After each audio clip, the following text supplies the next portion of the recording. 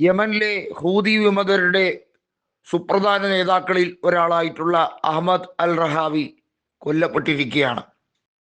അദ്ദേഹവും ഏതാനും പ്രധാനപ്പെട്ട നേതാക്കളെ ഇസ്രയേൽ കുറേ ദിവസങ്ങളായി ടാർഗറ്റ് ചെയ്യുകയാണ്. നമുക്കറിയാം, ഇസ്രയേലും ഇറാനും തമ്മിലുള്ള 12 ദിവസം നീണ്ടുനിന്ന യുദ്ധത്തിൽ സ്പൈ വർക്ക് നടത്തിയ, അതായത് ചാരപ്രവൃത്തി നടത്തിയ 12ഓളം ഇറാനിൽ നിന്നുള്ളവരെ കൃത്യമായി കണ്ടുപിടിച്ചവരെ എക്സിക്യൂട്ട് ചെയ്യുന്ന സാഹചര്യമുണ്ടായിരുന്നു. മാത്രമല്ല, ഇറാന്റെ പരിപൂർണ പിന്തുണ ഹൂതി വിമതർക്ക് നൽകുകയും സന കേന്ദ്രീകരിച്ച്, അതായത് യമന്റെ തലസ്ഥാനമായിട്ടുള്ള സന കേന്ദ്രീകരിച്ച് അവിടുത്തെ ക്ഷേമ പ്രവർത്തനങ്ങളിൽ ഏർപ്പെടുന്ന ഹൂതി വിമതരുടെ പ്രധാനമന്ത്രിയായിട്ടുള്ള വ്യക്തിയാണ് അഹമ്മദ് അൽ റഹാവി.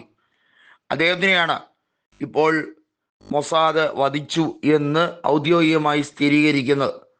ഇത് ഇറാനെ സംബന്ധിച്ചിടത്തോളം വീണ്ടും യുദ്ധ സാഹചര്യത്തിലേക്ക് ഇറങ്ങാനുള്ള ഒരു പ്രധാന കാരണമായി മാറും. കാരണം ഇസ്രയേൽ കടന്നാക്രമണത്തിന് പദ്ധതിയിട്ടിരിക്കുകയാണ്. അവരെ സംബന്ധിച്ചിടത്തോളം അവർ ഗാസയിൽ നടത്തിവരുന്ന മനുഷ്യത്വരഹിതമായ പ്രവർത്തനങ്ങളെ ഒരു രീതിയിലും അംഗീകരിക്കാതെ അതിൽ മനംനൊന്താണ് രണ്ട് കൽപ്പിച്ച് പോരാട്ടത്തിന് ഹൂതി വിമതർ ഇറങ്ങിയതും ചെങ്കടലിലും ഒക്കെയായി ഹൂതികൾ വലിയ തോതിലുള്ള പ്രതിരോധം തീർക്കുന്നതും. എന്നാൽ ഇസ്രയേൽ അവരുടെ പദ്ധതികളിൽ ഒരു മാറ്റവും കൊണ്ടുവരാൻ ആഗ്രഹിക്കുന്നില്ല. അമേരിക്കയുടെ ഒരു കാവൽ നായെ പോലെ പലപ്പോഴും പെരുമാറുന്ന ഇസ്രയേലിനെ സംബന്ധിച്ചിടത്തോളം അവർക്ക് ഉപാധികളോ അല്ലെങ്കിൽ മറ്റ് രാജ്യങ്ങളുമായുള്ള ഉഭയകക്ഷി ചർച്ചയൊന്നും ബാധകമേ അല്ല എന്നുള്ള രീതിയിലാണ്. ഒരുപക്ഷെ ലോകരാജ്യങ്ങളിൽ അവർക്ക് മാത്രം പ്രത്യേക നിയമമാണോ എന്ന് പോലും തോന്നിപ്പോകുന്ന രീതിയാണ്. അതുകൊണ്ട് തന്നെയാണ് അഹങ്കാരവും അതുപോലെ തന്നെ തിണ്ണമിടുക്കും കൈമുതലാക്കിക്കൊണ്ട് ബെഞ്ചമിൻ നെതന്യാഹു നടത്തുന്ന വിരട്ടലുകളെ ഒരു രീതിയിലും വകവയ്ക്കേണ്ട കാര്യമില്ല എന്ന് നേരത്തെ തന്നെ ആയത്തുള്ള അൽ ഖമനി വ്യക്തമാക്കിയത്.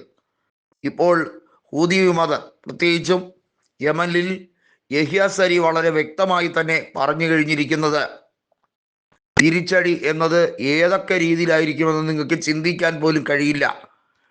നമുക്കറിയാം, ബങ്കർ ബസ്റ്റർ ബോംബുകൾ അമേരിക്കയിൽ നിന്നും വാങ്ങി ഇറാന്റെ ആണവ കേന്ദ്രങ്ങൾ തകർക്കും എന്ന് പറഞ്ഞെങ്കിലും ഇറാന്റെ ഒരു ആണവ കേന്ദ്രവും പരിപൂർണമായി ആക്രമിക്കാനോ തകർക്കാനോ കഴിഞ്ഞില്ല.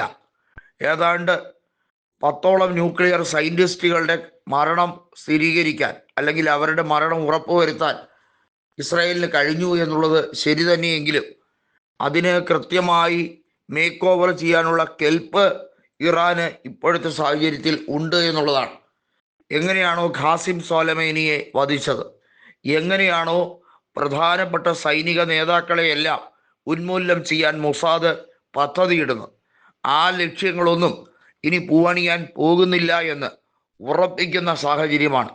പക്ഷേ ഏറ്റവും നിർണായകമായ പ്രോക്സി ഗ്രൂപ്പുകളിൽ ഒന്നായിട്ടുള്ള ഹൂതി വിമതർ, പ്രത്യേകിച്ചും അതിലെ പ്രധാനപ്പെട്ട നേതാക്കളെ ടാർഗറ്റ് ചെയ്തുകൊണ്ടുള്ള മൊസാദിൻ്റെ ഈ ആക്രമണത്തിന് മടയിൽ തന്നെ തിരിച്ചടി കൊടുക്കാനാണ് ഇറാൻ തീരുമാനിച്ചിരിക്കുന്നത്. അതിൻ്റെ ഭാഗമായാണ് മൊസാദിന് ചാരപ്രവൃത്തി നടത്തുന്ന സകലരെയും കൈയോടെ പിടികൂടി എക്സിക്യൂട്ട് ചെയ്യാൻ, അപ്പോൾ തന്നെ വധിക്കാൻ നിർണായക ഉത്തരവുമായി ഖമനി മുന്നോട്ട് വരുന്നത്.